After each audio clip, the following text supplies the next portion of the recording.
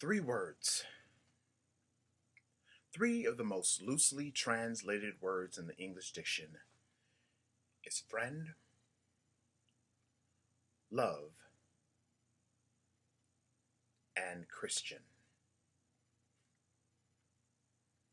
And it's crazy because my intuition gave me a real funny feeling about the response that I'll be getting on this one because when I first started out on this mission, I had a pretty good definition of the position that this particular word was given, the title that was driven, and the magnitude of its provisions. And excluding my own opinionated psychological cognition, I understood that its terms, policies, and conditions were a lot less concerned about the words that I speak or the scriptures I quote.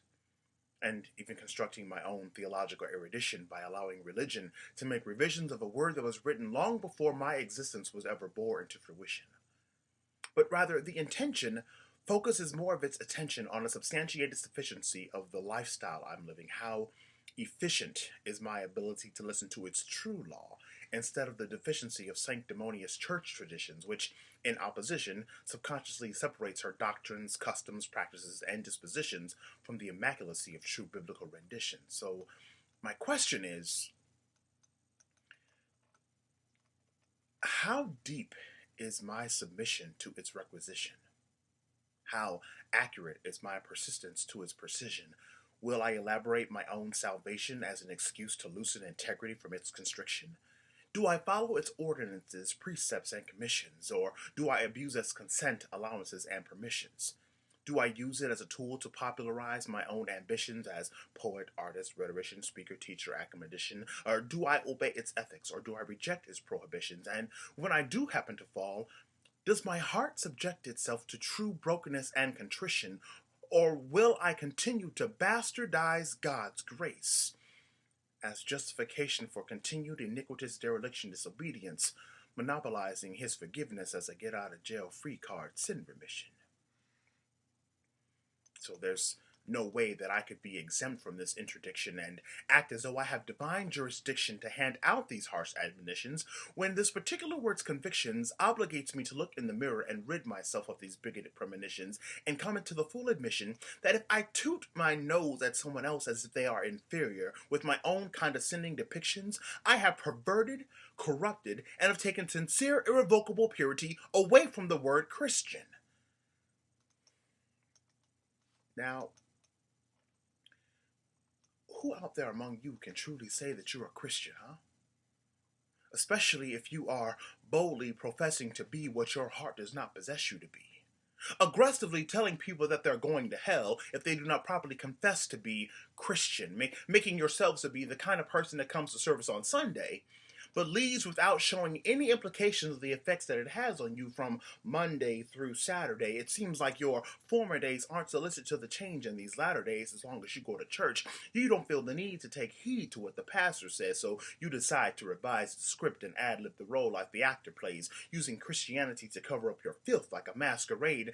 And it appears as though this type of fraudulence has accumulated a mass crusade of people who have become good at faking it till they make it so they can get all the glory, honor, and the accolades. So when a lost soul comes to church, you set up a barricade because you feel that that person doesn't look right. Well, can somebody in here tell me what a Christian is supposed to look like?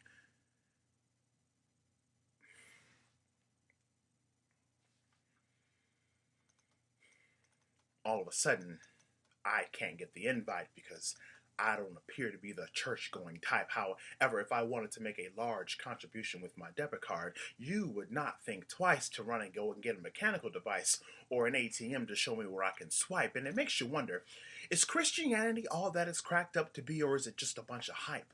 I'm supposed to be a lamp that shines bright in a dark world with blind sight. However, in hindsight, if I continue to present myself deceptively claiming to be right, I am no more than a false disciple who transforms himself into an apostle of Christ. And it's no wonder, for Satan himself was able to be transformed into an angel of light.